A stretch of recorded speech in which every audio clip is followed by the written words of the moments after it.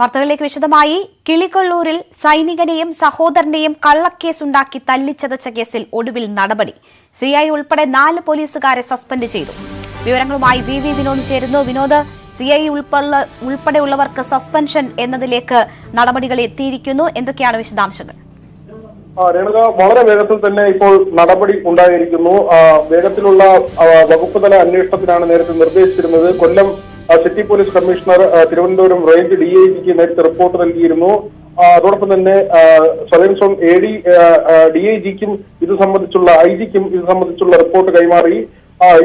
ഈ റിപ്പോർട്ടുകളുടെ അടിസ്ഥാനത്തിൽ പോലീസ് ആസ്ഥാനത്തിന്റെ നിർദ്ദേശപ്രകാരമാണ് ഇപ്പോൾ സസ്പെൻഷൻ നടപടി. SHO Vinod, SI Aneesh, grade SI Prakash, CPM Manikandan എന്നീ 4 പേരെയാണ് സസ്പെൻഡ് ചെയ്തിരിക്കുന്നത്. അന്വേഷണ വിധേയമായാണ് സസ്പെൻഷൻ.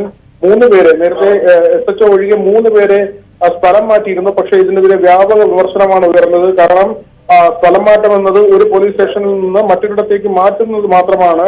അതൊരു നടപടിയായി കണക്കാക്കാൻ കഴിയില്ല എന്ന തരത്തിലുള്ള വിമർശനങ്ങൾ ഉയർന്നിരുന്നു. DYFI പ്രാദേശിക നേതാവിനെയും സൈനികനായ സഹോദരനെയുമാണ് കിളികൊള്ളൂർ പോലീസ് തല്ലിച്ചതച്ചത്. അതും ഒരു തെറ്റും ചെയ്യാത്ത, ഒരു കേസിലും ഉൾപ്പെടാത്ത ആളുകളെ, നിരപരാധികളെ അതിക്രൂരമായി ലോക്കപ്പിനുള്ളിൽ മർദ്ദിക്കുകയായിരുന്നു. MDMA കേസുമായി ബന്ധപ്പെട്ട് അറസ്റ്റിലായവരെ ജാമ്യത്തിലെടുക്കാൻ വരണമെന്ന് പോലീസ് തന്നെയാണ് വിഘ്നേഷിനോട് ആവശ്യപ്പെട്ടത്. വിഘ്നേഷ് പ്രദേശത്തെ പൊതുപ്രവർത്തകനാണ്.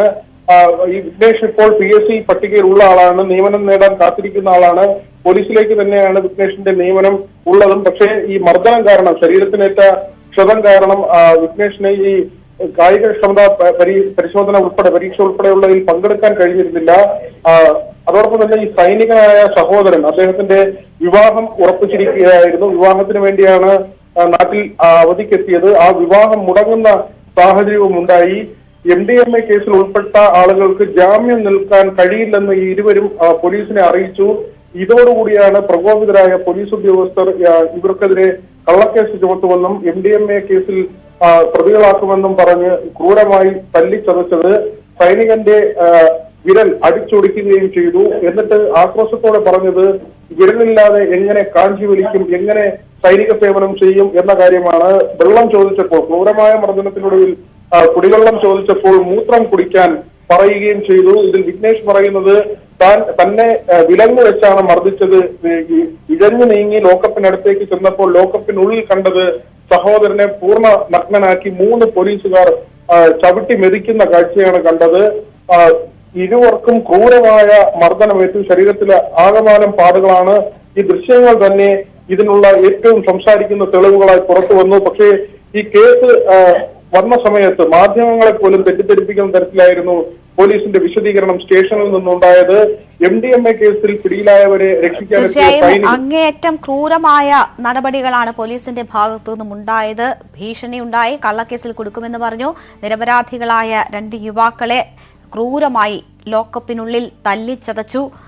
അതിനുശേഷം അവരെ കള്ളക്കേസിൽ കൊടുക്കാനൊക്കെ ശ്രമം ഉണ്ടായി. എന്തായാലും ഇപ്പോൾ വലിയ വിവാദമായതിനു ശേഷം ഇപ്പോൾ അതിൽ പോലീസുകാർക്കെതിരെ നടപടി ഉണ്ടായിരിക്കുകയാണ്. CI ഉൾപ്പെടെയുള്ള ആളുകളെ സസ്പെൻഡ് ചെയ്തുകൊണ്ടുള്ള ഇടപെടൽ ഉണ്ടായിരിക്കുന്നു. പക്ഷേ ഇതെല്ലാം ഈ യുവാവ് രംഗത്ത് വരികയും ഈ തെളിവുകൾ പുറത്തുവിടുകയും മാധ്യമങ്ങൾ അത് ചർച്ചയാക്കുകയും വാർത്തയാക്കുകയും അതൊരു വിവാദമായി മാറുകയും ചെയ്തപ്പോൾ മാത്രമാണ് അത്തരമൊരു നടപടിയിലേക്ക് പോയത് എന്നതും ഒരു വസ്തുതയാണ്. വിനോദ് തുടരുന്നുണ്ട്. വിനോദ്, ഇതിൽ ഒരുപാട് നഷ്ടം ആ യുവാക്കളെ സംബന്ധിച്ച് ഉണ്ടായിട്ടുണ്ട്. ഒന്ന്, ശാരീരികമായി ഏറ്റ അതിക്രൂരമായ മർദ്ദനം, അതിന്റെ പ്രത്യാഘാതങ്ങളൊക്കെയുമാണ്.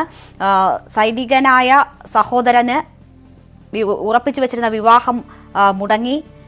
ഈ രണ്ടാമത്തെ വിഘ്നേഷ് എന്ന് പറയുന്ന ഈ യുവാവിന് ജോലി നഷ്ടപ്പെടുന്ന സാഹചര്യം, ഇതൊക്കെയും ഉണ്ടായി. ആ മകന്റെ വിവാഹത്തിന് വേണ്ടി വാങ്ങിയ വസ്ത്രം എടുത്തു വെച്ച് കരയുന്ന അമ്മയൊക്കെ നമ്മൾ ഇന്ന് ദൃശ്യങ്ങളിൽ കാണുകയുമുണ്ട്. ഈ നഷ്ടത്തിന്, ഇത്രയും ബുദ്ധിമുട്ടുണ്ടാക്കിയ ഈ സംഭവത്തിന്, അതിക്രൂരമായ മർദ്ദനത്തിന് ഈ സസ്പെൻഷൻ മാത്രം മതിയാകുമോ? മറ്റ് കുറ്റക്കാരായിട്ടുള്ളവർക്കെതിരെ ക്രിമിനൽ നടപടികൾ ആവശ്യമായി വരില്ലേ? ആ രീതിയിൽ അന്വേഷണം മുന്നോട്ട് പോകുമോ?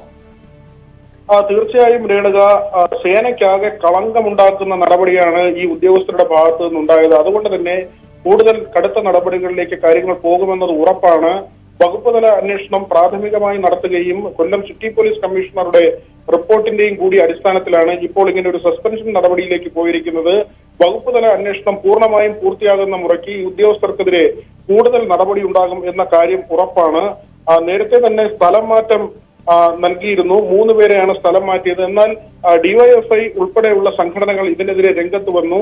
ഇത്തരത്തിലുള്ള കുറ്റങ്ങൾക്ക് ഈ സ്ഥലം മാറ്റം പര്യാപ്തമല്ല, കർശനമായ നടപടി അത് സർക്കാർ കൈക്കൊള്ളുമെന്ന കാര്യം ഡിവൈഎഫ്ഐ സംസ്ഥാന നേതൃത്വം ഉൾപ്പെടെ പ്രതീക്ഷിക്കുകയും ചെയ്തിരുന്നു. ഇപ്പോൾ ഏതായിരുന്നാലും സസ്പെൻഷൻ നടപടി ഉണ്ടായിരിക്കുന്നു. 4 പേരെയാണ് സസ്പെൻഡ് ചെയ്തിരിക്കുന്നത്. SHO Vinod, SI Aneesh, grade SI Prakash, civil police officer Manikandan. മറ്റ് ചില പോലീസുകാരും തങ്ങളെ മർദ്ദിച്ചു, കണ്ടാലറിയാവുന്ന പോലീസുകാർ തങ്ങളെ മർദ്ദിച്ചു എന്നത് നേരത്തെ തന്നെ ഇവർ പരാതിയിൽ പറഞ്ഞിരുന്നു. DGPക്ക് പരാതി നൽകിയതോടുകൂടിയാണ് ഈ കേസിന്റെ സത്യാവസ്ഥ പുറത്തു വന്നത്. പ്രൈവറ്റ് കംപ്ലൈന്റ് നേരത്തെ മജിസ്ട്രേറ്റിന് മുന്നിലും യുവാക്കൾ നൽകിയിരുന്നു. ഇവരെ റിമാൻഡിൽ വയ്ക്കുന്ന സാഹചര്യം പോലും ഉണ്ടായി. കള്ളക്കേസിലാണ്. ഒരു സൈനികനെ ഉൾപ്പെടെ 2 പേരെയാണ്, 2 സഹോദരങ്ങളെയാണ് ഇങ്ങനെ. വിനോദ്, ഞാൻ ഇടപെടുകയാണ്. ഇപ്പോൾ ലഭിക്കുന്ന ഏറ്റവും പ്രധാനപ്പെട്ട വാർത്ത എൽദോസ് കുന്നപ്പുള്ളിൽ MLAക്ക് മുൻകൂർ ജാമ്യം ലഭിച്ചിരിക്കുന്നു എന്നതാണ്. ബലാത്സംഗ കുറ്റം ഉൾപ്പെടെ ചുമത്തിയ കേസിൽ